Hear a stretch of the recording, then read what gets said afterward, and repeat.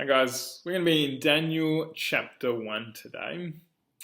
Now Daniel chapter 1 begins with the king of Babylon, Nebuchadnezzar, capturing God's people, the Israelites. God's people were put in chains and taken to a land far, far away. Now it looked as if God had been defeated. It certainly didn't look like God was in control. Everything was lost. The temple, the place where God lived, had been destroyed. The walls of the city had been pulled down. Everything was in ruins. Now, among the people dragged away from their homes was Daniel and his 3 friends. Now, because they were young, because they were handsome, because they were smart, the king of Babylon chose them to be trained so that they could serve him. During their training, they had to learn to talk like a Babylonian, even walk like a Babylonian. The king even gave them Babylonian names. Now, to top it all off, they had to eat food from the king's table. Now, for whatever reason, Daniel knew that eating the king's food was wrong. It was something that God didn't want him to do. Now Daniel, he wanted to love and obey God more than anything else. He didn't want to do something he knew was wrong in God's eyes. So Daniel said no. Now the king's chief servant, he was worried. If Daniel and his friends didn't eat the king's food, they might look unhealthy and then the king would have his head.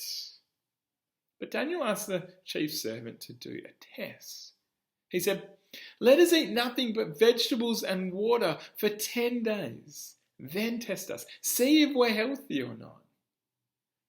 Now, I don't know about you, but imagine eating nothing but vegetables and water for 10 days. I think I'd be really hungry.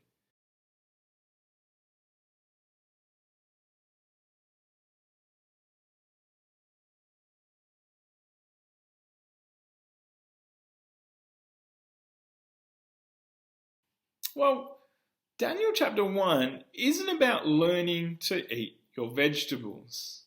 No, it's about trusting God and putting him first, even when it looks like God isn't in control. Can you imagine how Daniel felt? He was dragged off to a strange, scary foreign land, far, far away from home. I imagine he would have been scared, worried. Maybe even ask God, "Where are you?"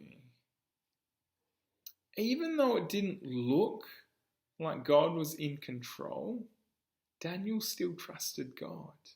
And as we keep reading, we see that even here in Babylon, even in the most scary of situations, God is in control.